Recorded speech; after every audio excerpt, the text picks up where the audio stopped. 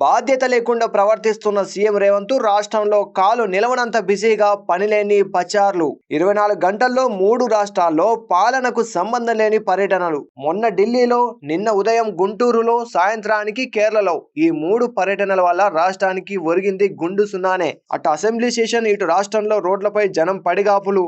అయినా సోయి లేకుండా వ్యక్తిగత ప్రయోజనాల కోసం ఎక్కే ఫ్లైటు, దిగే ఫ్లైటు అసెంబ్లీకి తూతు మంత్రంగా వచ్చి అడ్డగోలుగా వాగుతాడు తప్ప చేసిందేమీ లేదు. అంత తీరిక లేనప్పుడు అసెంబ్లీ సెషన్ ఎందుకు పెట్టినట్లు? అసెంబ్లీకే రానంత బిజీగా రేవంత్ చేస్తున్న ఘనకార్యాలేంటి? అసెంబ్లీ సెషన్ కంటే పెళ్లిలకు, పర్సనల్ ఈవెంట్లకే తిరగడమే ముఖ్యమైపోయిందా? 3.5 లక్షల కోట్ల అప్పులు చేసిన రేవంత్ కట్టిందేంటి, తెచ్చిందేంటి?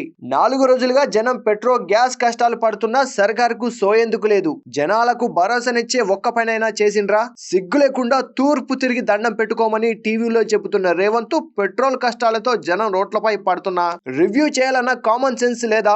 సమీక్ష పేరుతో ఊదరగొట్టి ఎందుకు క్యాన్సిల్ చేసినట్టు? రాష్ట్రంలో పరిస్థితిని చక్కదిద్దకుండా అంత అర్జెంటుగా కేరళకు ఎందుకు పోతున్నట్టు? రాష్ట్ర ప్రజల కష్టాలు తీర్చడం కంటే కేరళలో ఎన్నికల ప్రచారం ఎక్కువైందా? ఇక్కడ ఓటేసిన జనం బాధలు పట్టవు కానీ ఇతర రాష్ట్రాల్లో అబద్ధాల ప్రచారాల.